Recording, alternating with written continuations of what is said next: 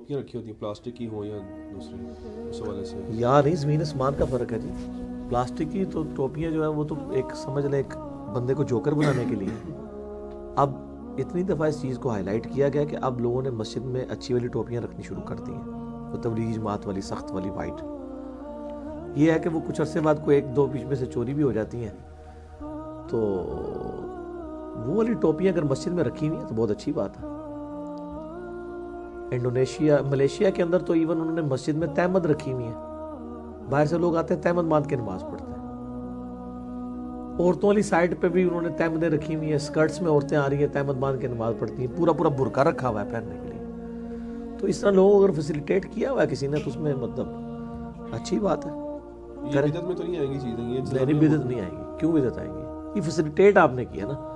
वो तो मस्जिद में अगर किसी ने वॉशरूम के लिए चप्पलें लादा रख दी हैं तो आप कह रही कुरान दी से सबूत दे कि अपनी चप्पलें बंदा जो है वो घर से लेके आए कि यहाँ अमल इस्तेमाल करे। फैसिलिटेट किया ना। रिसेंटली एक क्लिप बड़ा चला हुआ है ना कि रेल मुतफ़िक़र के एक आलिम है, उन्होंने उनका क्लिप बड़ा मशहूर हुआ है।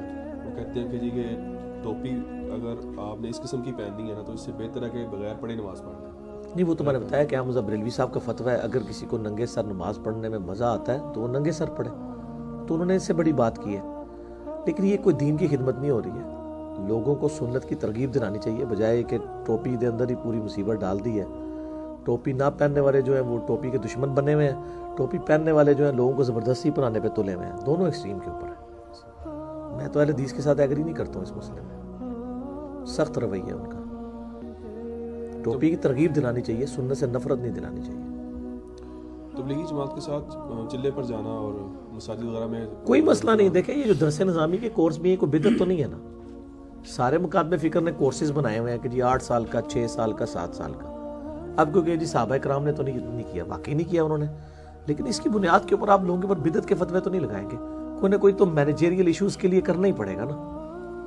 तो चिल्ला लगाते हैं वो, या 3 दिन या 4 महीने लगाते हैं, 7 महीने भी हैं, साल भी हैं। हमें इख्तलाफ उनकी तालीमात के साथ है कि उसमें कुरान और सुन्नत सिखाएं, बजाय अपने बुजुर्गों की किताबें पढ़ के। उससे आप इख्तलाफ राय रख सकते हैं। काम तो बहुत नेकी का कर रहे हैं, कुर्बानी कर रहे हैं, घर से निकल रहे हैं। जो लोग जुम्मा या रमज़ान में फोत हो रहे हैं, क्या इनसे कब्र में सवाल? ये ज़ईफ़ रवायतें मिलती हैं जुम्मे और रमज़ान के बारे में, लेकिन वो कुरान और सुन्नत के उसूल में बैठती कोई नहीं है। हिसाब तो बहरहाल होना ही है। हिसाब के बाद ही यानी हर शख्स को कब्र में आजमाया जाना है, सीधी सी बात है। क्योंकि अक्सर हमारे यहाँ ये बड़ी बातें होती हैं, लोग बड़ा खुश नसीब था जुम्मे को मार गया। खुश नसीबी तो मेरे भाई अगर ये है तो बुखारी मुस्लिम में हदीस है, नबी अलैहिस्सलाम का एक गुलाम था मिदअम, इतना खुश नसीब था कि खैबर के मौके पे उसे नामालूम तीर लगा, शहीद हो गया। साहबा ने कहा कितना खुश नसीब था, आप सल्लल्लाहु अलैहि वसल्लम का कजावा कसता है सवारी में और आपको वुजू करवाता है सब कुछ। आप फरमाया तुम इसे खुश नसीब कह रहे हो, और इसने बैतुल माल में से एक चादर चोरी की थी जो मरते ही आग की इसके ऊपर डाल दी गई है। खुश नसीबी का फैसला सबसे बड़ा तो साहबा कराम ने जिसके बारे में किया वो तो निकला जाली। तो ਤੁਹਾਡੇ मेरे फैसले कितने असली निकल सकते हैं? साहबा कराम ने बड़ा सही फैसला किया कि भाई हुजूर का खादिम है, कलमा गो है, मुसलमान सब कुछ है। वो तो मसले कुछ और निकल आया, वो तो अजाब में था। उसको तो अल्लाह ताला ने नहीं लिहाज किया कि ये खादिम रसूल है तो छोड़ दिया जाए। इस तरह की बातें जो है मतलब ये बनी हुई हैं, लोगों को दीन की खबर नहीं है। मेरे भाई अगर कोई खाना काबा शरीफ में तवाफ़े काबा करता हुआ भी मर जाए, वो अपने माल के मुताबिक उठाया जाएगा। उसकी ये चीज़ उसके अमाल की मतलब वो अगर ये चीज़ हो तो नबी अलैहिस्सलाम कई बार मकरूज का जनाजा लाया गया, बुखारी मुस्लिम में हदीस है। आपने फरमाया मैं नहीं पढ़ता, कर्ज अदा करो उसका। हालांकि ये भी हम कहते हैं जी हुजूर के पढ़ने से वैसे ही माफ़ हो जाना, नहीं, चाहे आप अलैहिस्सलाम भी जनाजा पढ़ देते कर्ज तो नहीं माफ़ होना।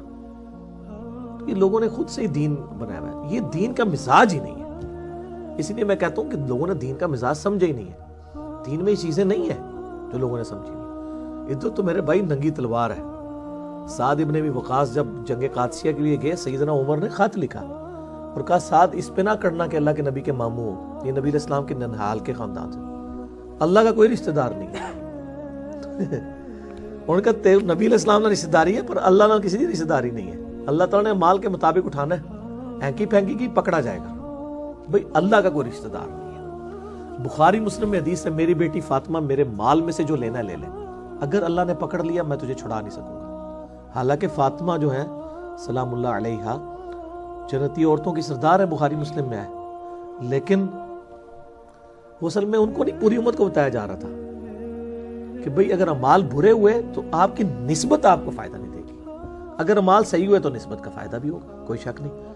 اگر اعمال صحیح ہیں تو نسبت کا فائدہ یہ ہے کہ امت محمدیہ صلی اللہ علیہ وآلہ وسلم اگلی امتوں سے پہلے جنت میں جائے گی۔ لیکن اگر کوئی کہ میں ہے حضور دا غلام ہاں تو جب تک میں جنت ہی نہیں بڑھنا ادو تک کوئی اور نیک کسی نبی کا امتی جنت میں نہیں جا سکتا، تو یہ تو نہیں ہوگا۔ تو نیک ہے تو پہلے داخل ہوگا، اگر بد ہے دوسری امت والا پہلے چلا جائے گا، تو بعد میں جائے گا عذاب بھگت کے، نسبت نہیں کام آئے گی۔ ٹھیک ہو گیا؟